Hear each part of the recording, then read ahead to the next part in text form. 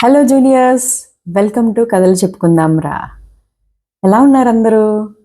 ముందుగా మీ అందరికీ ఎంతో కృతజ్ఞతలండి.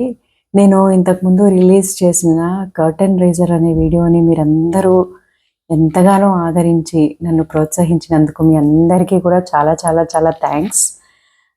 సో ఇవాళ మనము ఒక మంచి కథతోటి మీ ముందుకు వచ్చేసానండి. నేను ఈరోజు ఒక కథతోటి స్టార్ట్ చేసేసుకుందాము.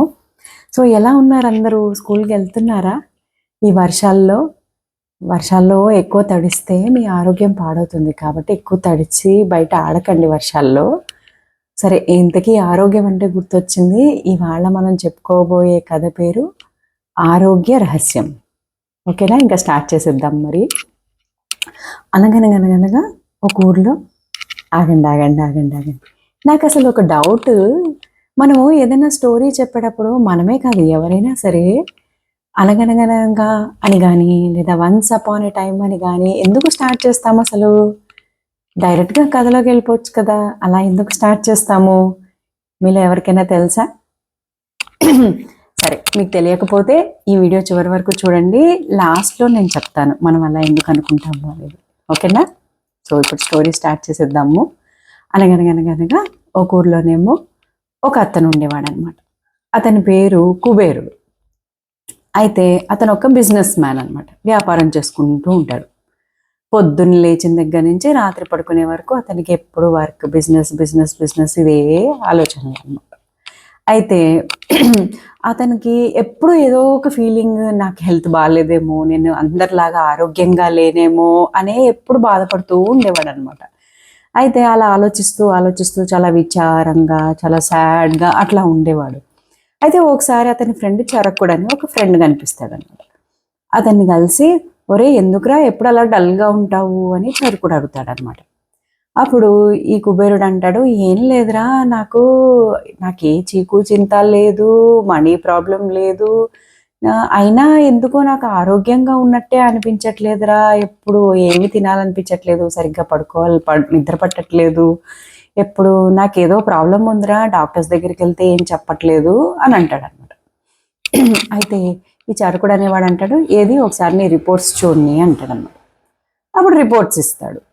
ఆ రిపోర్ట్స్ అన్నీ చూసిన తర్వాత చరకుడానికి అడుగుతాడనమాట, నువ్వు రోజు ఏం చేస్తావురా, నువ్వు లేవగానే నీ రోజంతా నీ డైలీ రొటీన్, నీ దినచర్య ఏంటో చెప్పు ఒకసారి అని అడుగుతాడు.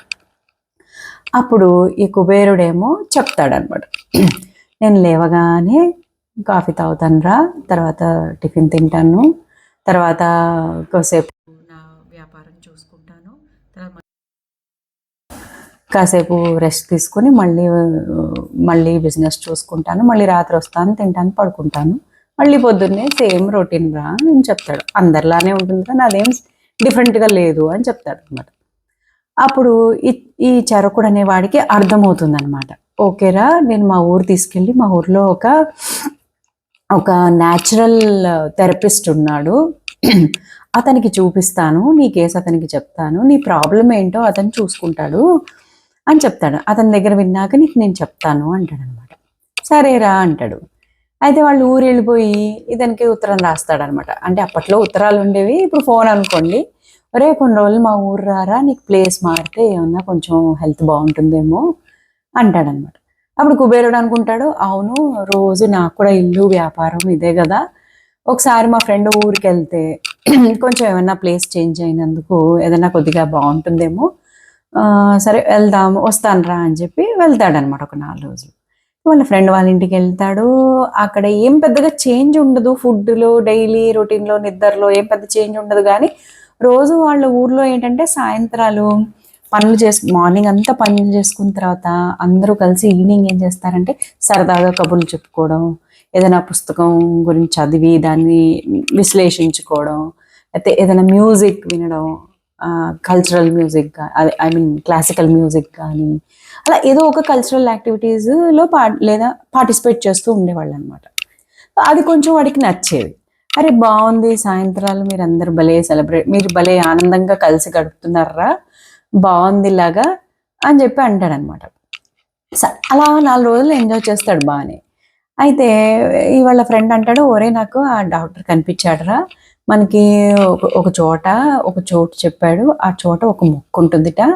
ఆ మొక్కని నీ చేత్తో నువ్వే పీకి దాన్ని ఆ వేరుతో సహా తినాలట నువ్వు. తింటే నీ నయమైపోతుందట నీ ఆరోగ్యం అని అంటాడనమాట. సరేరా వెళ్దాం అని చెప్పి అంటాడు. సో అలా ఓ రోజు ఇద్దరు కలిసి అలా వెళ్తారనమాట. అయితే ఈ చరకుడు అనేవాడు ఏం చేస్తాడంటే ఒక అడవి దారిలో తీసుకెళ్తూ ఉంటాడనమాట. అడవిలో ఒక చోటు ఉందిరా మొక్క వెళ్దాము అని. ఇద్దరు కలిసి అడవిలో అలా వెళ్తూ ఉంటారనమాట. ఎంత దూరం వెళ్ళినా రాదు. ఈ కుబేరుడికి ఆకలేస్తుంది, నీరసం వస్తుంది. ఒరే ఎంత దూరం తీసుకెళ్తున్నావురా, ఇంకా ఎంత దూరం నడవాలరా, నేను ఎంత దూరం వెళ్ళాలిరా అంటూ ఉంటాడనమాట. అయితే ఆగరా ఆగు, వచ్చేస్తోంది, నీ ఆరోగ్యం కోసమే కదా మనం వెళ్ళేది, కొంచెం ఓపిక పట్టు, వచ్చేస్తున్నామని చాలా దూరం నడిపించి తీసుకెళ్ళిన తర్వాత చివరికి ఒక చోట చూపించి, ఒరే ఇదేరా మొక్క, నువ్వు అది కోసుకొని తినేసేయి, వేరుతో చిన్న మొక్క అనమాట, దాన్ని వేరుతో పాటు తీసేసి నువ్వు తిను, నీకు తగ్గిపోతుంది అని చెప్తాడన్నమాట. ఈ అబ్బాయి ఏం చేస్తాడు, ఈ కుబేరుడు అనేవాడు అది లాగి తీసుకొని తింటాడనమాట. తిన్న తర్వాత ఒరే చాలా దాహం వేస్తోందిరా నాకు అంటాడనమాట. ఆగు, ఇక్కడే ఒక చిన్న స్ట్రీమ్ ఉంది, వాగులాగా ఉంటుంది అడవిలో, అందులో నీళ్లు చాలా స్వచ్ఛంగా ఉంటాయి, అవి తాగుదు కానివి అంటాడనమాట. సరే అని చెప్పి వెళ్ళి అక్కడికి వెళ్ళి కాస్త నీళ్లు తాగుతాడు. అయితే అప్పుడు కుబేరుడు అనుకుంటాడు, అమ్మో నేను ఇంత దూరం నడుచుకుంటూ వచ్చాను, మళ్ళీ ఇంత దూరం వెళ్ళాలా అనుకుంటూ నడుస్తూ ఉంటాడనమాట. కొంచెం దూరం వెళ్ళిన తర్వాత, చాలా దూరం ఉందిరా, నాకైతే చాలా ఆకలిస్తుంది, నీ మందు అప్పుడే పనిచేస్తున్నట్టుంది, నాకు ఎన్నో ఏళ్ల తర్వాత వాళ్ళ ఆకలి తెలుస్తోంది అంటాడనమాట. అప్పుడు ఈ చరకుడు అనేవాడు అంటాడు, సరే నువ్వు మన ఊరు వెళ్ళే వరకు నువ్వు ఆగలేకపోతే ఇక్కడ ఒక చిన్న తెలిసిన వాళ్ళు ఉన్నారు, వాళ్ళ ఇంట్లో మనం ఆగి ఏదైనా భోజనం చేద్దాము, కాకపోతే మన ఇంట్లో లాగా ఇక్కడ అన్ని వెరైటీస్ దొరకవు, ఏదో వాళ్ళు పెట్టింది తినాలి అంటే, ఏదోరా బాబు నాకు ఆకలేసిస్తుంది, ముందు వాళ్ళు ఏం పెడితే అదే తిందాము, నాకు అదే చాలు, ప్రస్తుతం అయితే నాకు ఏదైనా తినడానికి కావాలి అంటాడనమాట. సరే అని చెప్పి వాళ్ళు కలిసి ఏం చేస్తారు, అలా నడుచుకుంటూ కొంచెం దూరం వెళ్ళిన తర్వాత అక్కడ ఒక ఇల్లు ఉంటే వాళ్ళ ఇంటికి వెళ్ళి, ఎవరే ఇలా వచ్చాంరా మేము మందు కోసం, దారిలో బాగా ఆకలేసింది, మీ ఇంట్లో ఆగాము అని చెప్తారు. సరే అతను అంటాడు, అరే నేను మీ అంత డబ్బు ఉన్నవాడిని కాదు, మా ఇంట్లో ఏదో పచ్చడి చారు పెరుగు ఉన్నాయి అంతే, మీలాగా పంచభక్ష పరమాణాలు రోస్ట్ చేసుకుని తినం మేము, మీకు పర్వాలేదా అని అడుగుతాడు. అయ్యో పర్లేదురా, ఏదో ఉంటే అది తినడానికి పెట్టేసే, మేము తింటాము, ఆకలేస్తోంది అని కుబేరుడు ఇంకా ఆగలేక అడుగుతూ ఉంటాడనమాట. సరే అని చెప్పి అది పెడితే శుభ్రంగా కడుపు నిండా తింటాడు. అది తిన్నది ఆ పచ్చడి చారు పెరుగు వేసుకుని కడుపు నిండా తిని, అబ్బా ఈ మధ్యకాలంలో నాకు ఇంత ఆకలి వాళ్ళే వేసిందిరా, నీ మొక్క పనిచేస్తోంది నీ మందు అంటాడు. అలాగే చూడు, నాకైతే ఇంత అలసిపోయినట్టు అనిపించి నిద్ర వచ్చేస్తుంది, కాసేపు పడుకుని వెళ్దాంరా, చాలా దూరం ఉంది కదా అంటే, సరేరా రెస్ట్ తీసుకో, కాసేపు పడుకుని లేచాక వెళ్దాం అంటాడు మన చరకుడు. అయితే అలా పడుకున్నవాడు 2 గంటలు పడుకుని పోతాడనమాట. పడుకున్న తర్వాత లేచి, అబ్బా భలే నిద్ర పట్టిందిరా, కడుపు నిండా తిన్నాను కదా, సరే ఇంకెళ్దాం పదా అంటాడనమాట. అలా ఇంటికి వెళ్ళిపోతారు. ఇంటికి వెళ్ళిన తర్వాత ఆ రోజు చరకుడి ఇంట్లోనే ఉండి, ఆ రోజు కూడా కల్చరల్ యాక్టివిటీస్ అది అన్నీ వాళ్ళు పార్టిసిపేట్ చేసి చాలా హ్యాపీగా ఫీల్ అవుతాడనమాట కుబేరుడు. అబ్బో నాకేదో నయమైనట్టుందిరా, నేను ఇంకా మా ఊరు వెళ్ళిపోతాను, 2 రోజులు ఉండి అప్పుడు అనుకుంటాడనమాట, నాకు తగ్గిపోయింది, నీ మందు చాలా బాగా పనిచేసింది, నువ్వేం మంది ఇచ్చావో కానీ ఇంకా నేను మా ఊరు వెళ్ళిపోతాను అంటాడనమాట. ఇందుకు నువ్వు ఏం మంది ఇచ్చావో చెప్పలేదు, ఇంకెప్పుడన్నా ముందు కూడా నాకు ఇలాంటి ప్రాబ్లం వస్తే నేను మళ్ళీ వాడుకోవాలి కదా, నాకు కొంచెం చెప్పవా అంటే, నా ప్రాబ్లం ఏంటి, నువ్వు నాకు ఇచ్చిన మంది ఏంటో చెప్పు అంటాడనమాట. అప్పుడు చరకుడు అంటాడు, ఒరేయ్ నీకు అసలు ఏ ప్రాబ్లం లేదురా, నీకు అసలు ఫిజికల్ ఎగ్జాషన్ లేదు, నువ్వు ఫిజికల్ యాక్టివిటీ పెట్టట్లేదు, అంటే శారీరక శ్రమ నువ్వు పడట్లేదు, వెళ్తున్నావు తింటున్నావు, 3 పూట్ల తింటున్నావు, బిజినెస్ అంటున్నావు, మళ్ళీ వస్తున్నావు తింటున్నావు పడుకుంటున్నావు, అందుకే నీకు శారీరక శ్రమ లేక, ఫిజికల్ ఎగ్జాషన్ లేక నీకు ఆకలేయట్లేదు, టైంకి నిద్ర పట్టట్లేదు. ఎప్పుడూ కూడా మనం శారీరకంగా చాలా ఎంతో కష్టపడి పనిచేస్తే చక్కటి పోషక ఆహారం తింటేనే మనకి మంచిగా ఫిజికల్ స్ట్రెంగ్త్. అంతేకాదు ఆరోగ్యం అనేది నాట్ జస్ట్ ఫిజికల్ స్ట్రెంగ్త్, అంటే ఫిజికల్గా మనము శారీరక ఆరోగ్యం ఒకటే కాదు, మానసిక ఆరోగ్యం కూడా చాలా ఇంపార్టెంట్, అంటే మెంటల్ హెల్త్ కూడా చాలా ఇంపార్టెంట్. మెంటల్ హెల్త్కి ఏంటి అంటే ఒక కల్చరల్ యాక్టివిటీ ఉండాలన్నమాట. అంటే మన ఫిజికల్ హెల్త్కి పోషక ఆహారము, సరైన భోజనము, నిద్ర ఎంత ఇంపార్టెంటో, మెంటల్ హెల్త్ అంటే మానసిక ఆరోగ్యానికి కూడా అలాగే చాలా ఇంపార్టెంట్.